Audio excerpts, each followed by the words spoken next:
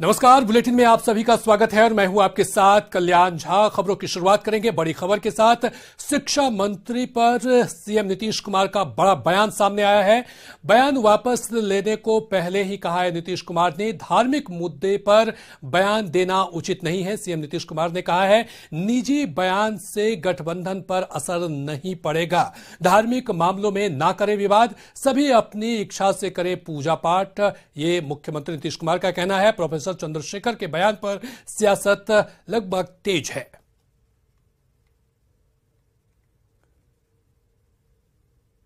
कोशिश करना चाहिए कि आपस में किसी भी तरह का विवाद न हो।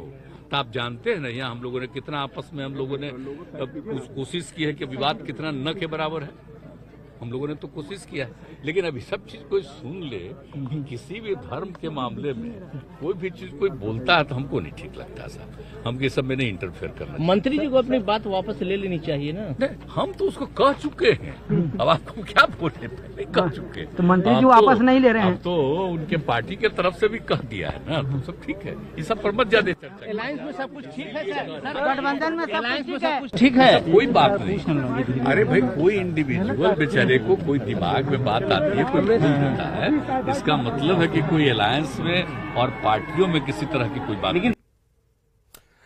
और अगली बड़ी खबर मुजफ्फरपुर से है, जहां शराब माफिया का दुस्साहस देखने को मिला है। सिपाही को ही नदी में डुबोया है। उत्पाद विभाग के सिपाही थे दीपक कुमार, छापेमारी करने गई थी उत्पाद विभाग की टीम और इसी दौरान टीम पर हमला किया गया। टीम के सदस्य थे दीपक कुमार, टीम से सदस्यों से भी मारपीट की गई है। शराब माफिया ने यह मारपीट की है। बताया जा रहा है कि नदी किनारे जब उत्पाद विभाग की टीम छापेमारी करने पहुंचे तो उसे काफी दूर लाइट जलता नजर आया। टीम के सदस्य जब पास गए तो शराब माफिया ने पहले उनके साथ मारपीट की, फिर सिपाही दीपक कुमार को नदी में डुबो दिया। मृतक सिपाही दीपक कुमार का शव बरामद कर लिया गया है। मृतक जवान दीपक मूल रूप से भागलपुर के रहने वाले हैं।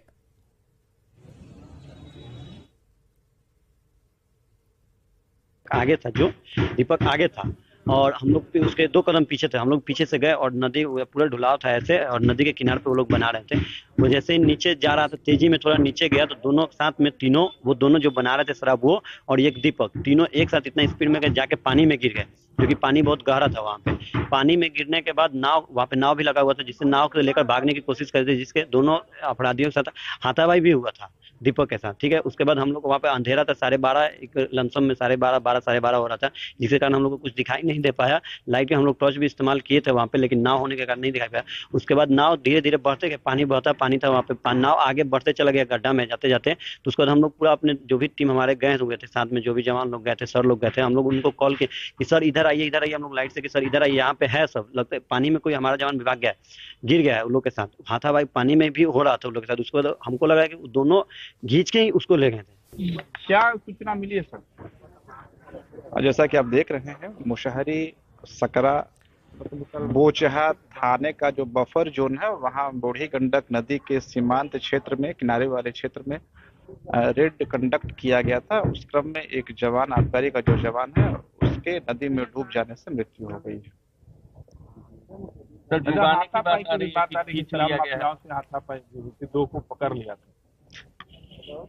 जो भी तथ्य हैं, उन सभी तथ्यों का हम लोग बिंदुवार इन्वेस्टिगेशन करेंगे। जो भी फैक्ट्स आएंगे उनके आधार पर कार्रवाई होगी, लेकिन प्रथम दृष्टया ऐसा कोई साक्ष्य सामने नहीं आया।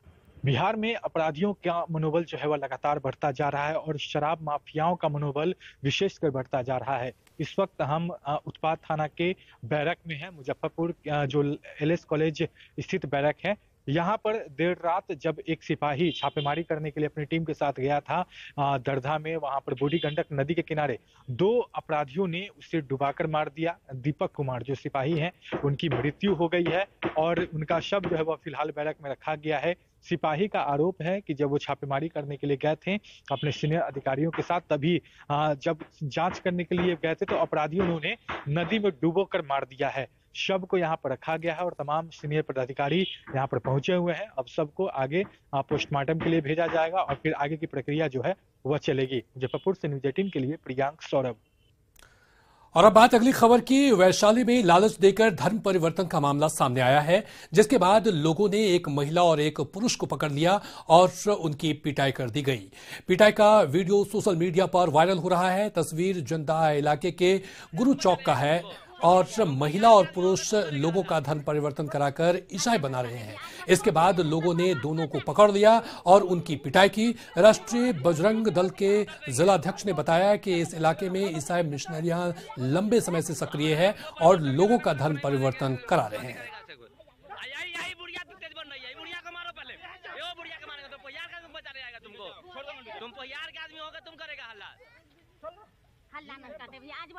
विगत पूर्व से हम लोग को सूचना था कि उस पंचायत में ईसाई मिशनरियों के द्वारा काफी संख्या में हिंदुओं को धर्मांतरण करवाया जा रहा है।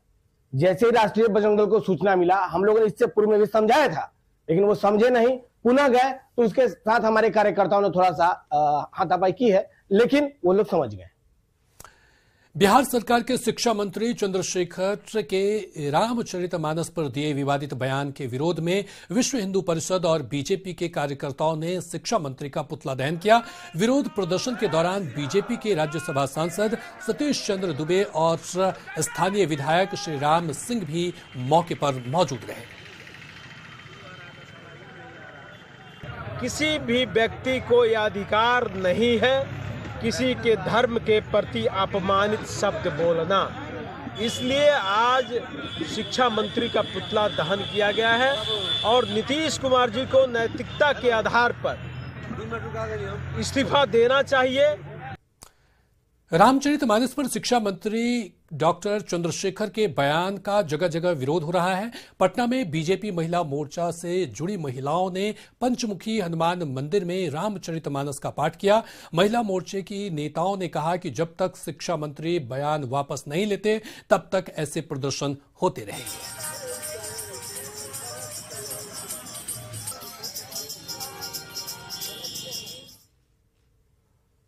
और अगली खबर जहानाबाद से, जहां लोग तालाब में सामान लूटते दिखाई दे रहे हैं। दरअसल समाधान यात्रा के दौरान नीतीश कुमार को मांडल के तालाब में वोटिंग करनी थी, लेकिन सीएम वोटिंग करने नहीं पहुंचे और जैसे ही सीएम का काफिला गांव से बाहर निकला, लोगों में तालाब से सामान लूटने की होड़ मच गई। लोगों ने वोट में रखे लाइन जैकेट और सामान लूट लिए। लोगों को काबू में करने के लिए पुलिस को हल्का बल भी प्रयोग करना पड़ा।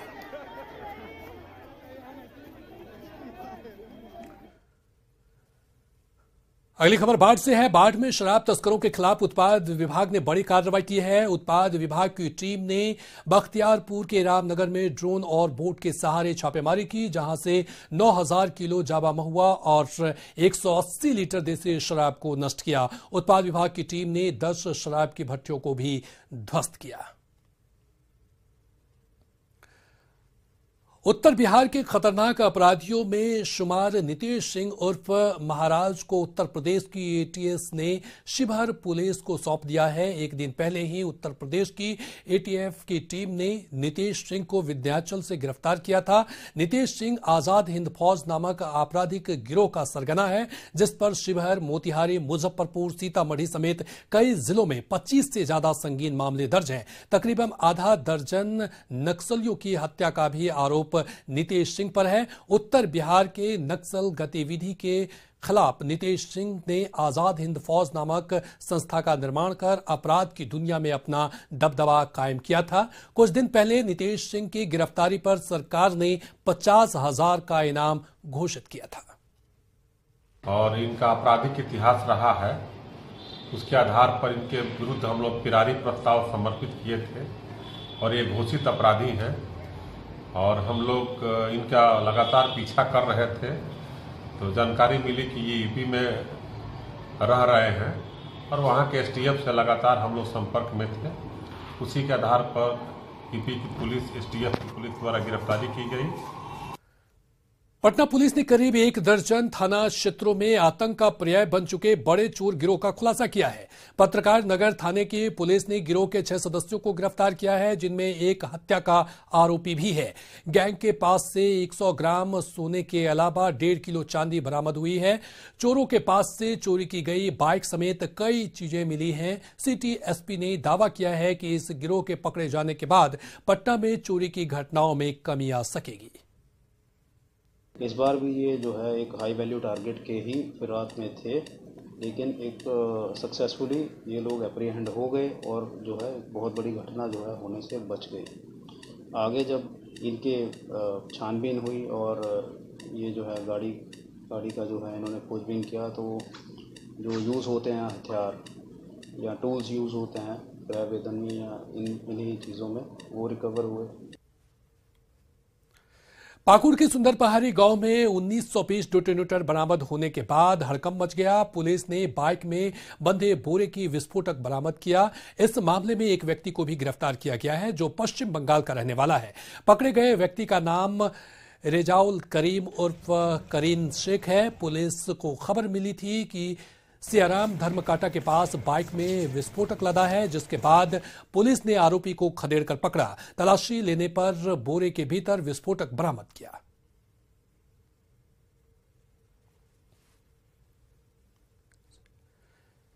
अगली खबर देवघर से है। देवघर के मंदिर क्षेत्र और आसपास नगर निगम ने अतिक्रमण के खिलाफ अभियान चलाया, जिसमें दुकानदारों द्वारा अतिक्रमण किए गए जगहों पर बुलडोजर चलाया। यह अभियान 21 जनवरी तक चलेगा। दरअसल बीते दिनों बाबा मंदिर के पीछे दुकान में आग लग गई थी, लेकिन घटनास्थल पर अतिक्रमण होने के कारण दमकल गाड़ी को काफी मशक्कत करनी पड़ी थी, जिसको लेकर नगर निगम एक्शन में आ गया। अगले 3 दिनों तक टावर चौक से लेकर मंदिर और आसपास के क्षेत्रों में अतिक्रमण की गई सड़कों को मुक्त कराया जाएगा।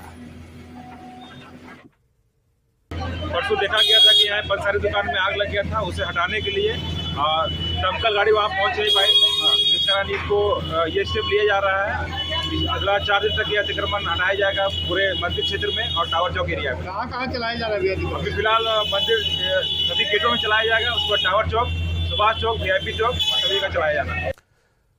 औरंगाबाद में संपत्ति विवाद में एक सौतेले भाई ने अपने भाई की गोली मारकर हत्या कर दी। ये घटना नवीनगर थाना क्षेत्र के बाजार इलाके की है। हत्यारे ने घटना को तब अंजाम दिया जब सौतेले भाई अपनी दुकान पर बैठा था। फिलहाल पुलिस पूरे मामले की जांच में जुट गई है।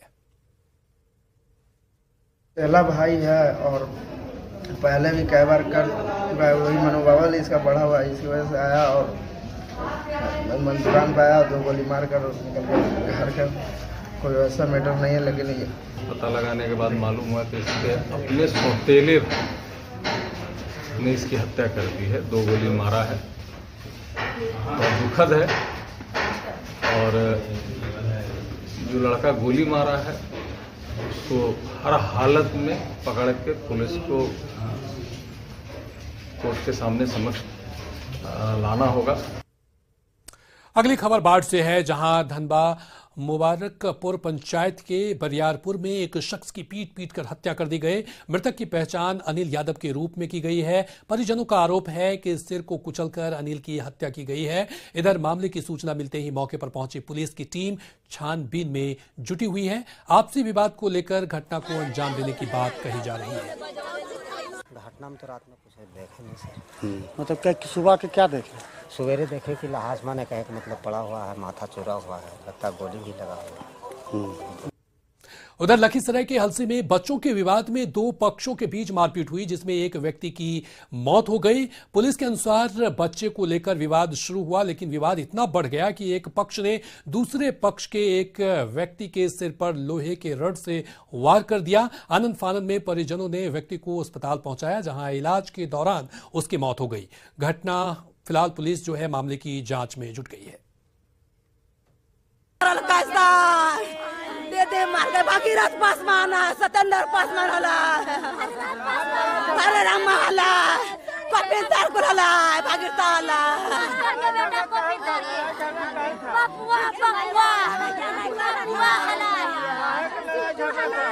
जस्ट सामने में मेरा घर पे ही किया है सर वो लोग।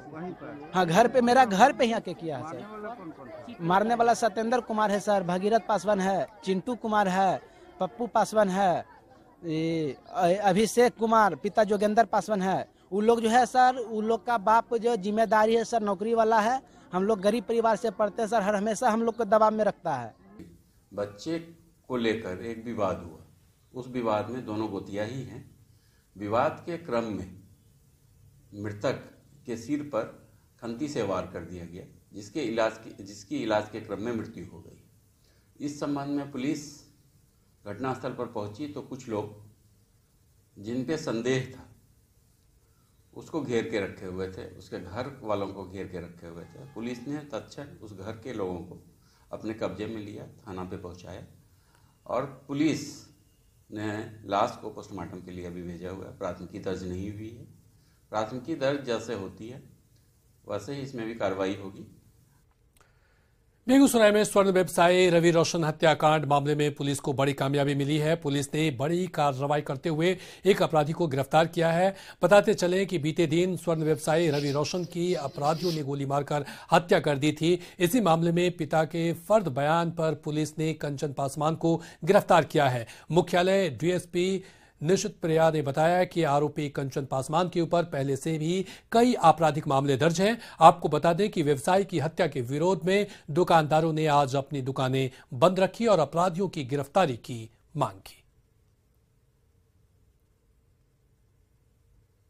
और कंचन पासवान जिसकी अभी गिरफ्तारी की गई है, उस पर भी पूर्व के आपराधिक इतिहास रहे हैं। तो इन लोगों की पुरानी दुश्मनी ही अभी छनकर सामने आई है और बाकी अनुसंधान में अग्रतर बातें भी स्पष्ट हो जाएंगी।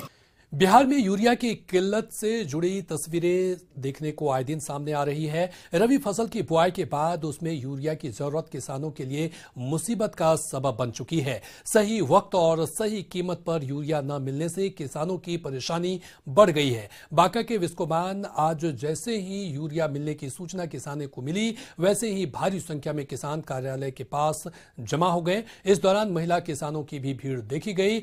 सारे किसान यूरिया की होड़ में खड़े दिखे। ऐसे स्थिति की हालात को देखते हुए मौके पर पुलिस को आना पड़ा और पुलिस की देखरेख में ही किसानों को यूरिया का वितरण किया गया। किसानों की माने तो विस्कोमान में कुछ हद तक यूरिया मिल जाती है, लेकिन बाजार में इसकी कालाबाजारी चल रही है। कितना मिलता है यहाँ? कितना मिलता है यहाँ? 2 बड़ा रहता है 765। अब बाजार में लेता है 1 बोरा का 520 रुपया की वही बोतल। चलिए बढ़ेंगे अगली खबर की तरफ। शिक्षा मंत्री चंद्रशेखर के खिलाफ गया कोर्ट में 5 परिवाद दायर किया गया है। रामचरितमानस पर शिक्षा मंत्री के बयान से आक्रोशित बीजेपी नेताओं की ओर से सिविल कोर्ट में परिवाद दायर किया गया है। बीजेपी नेताओं ने कहा कि शिक्षा मंत्री ने अज्ञानी तरह से बयान दिया है। परिवारवाद दायर किए हैं और अपने जो बिहार सरकार के मंत्री हैं, तो मैंने व्यक्तिगत चंद्रशेखर जी ने जो टिप्पणी की है हिंदू सनातन धर्मावलंबियों पर और अपने रामचरितमानस पर, उसके चलते हम लोगों ने परिवारवाद दायर किया है और ये 5 लोग आज किए हैं। किए हैं जो राष्ट्रीय जनता दल के सदस्य हैं। शिक्षा में दुर्भाग्य से बिहार के शिक्षा मंत्री भी हैं और वे जो है रामायण के प्रति बहुत ही निंदनीय बात बोले कि ये लड़ाने का काम करता है, जबकि हमें तो लगता है कि वह कभी रामायण पढ़े ही नहीं है। और इसी के साथ फिलहाल इस बुलेटिन में इतना ही, लेकिन न्यूज़ 18 बिहार झारखंड पर खबरों का सिलसिला लगातार है जारी।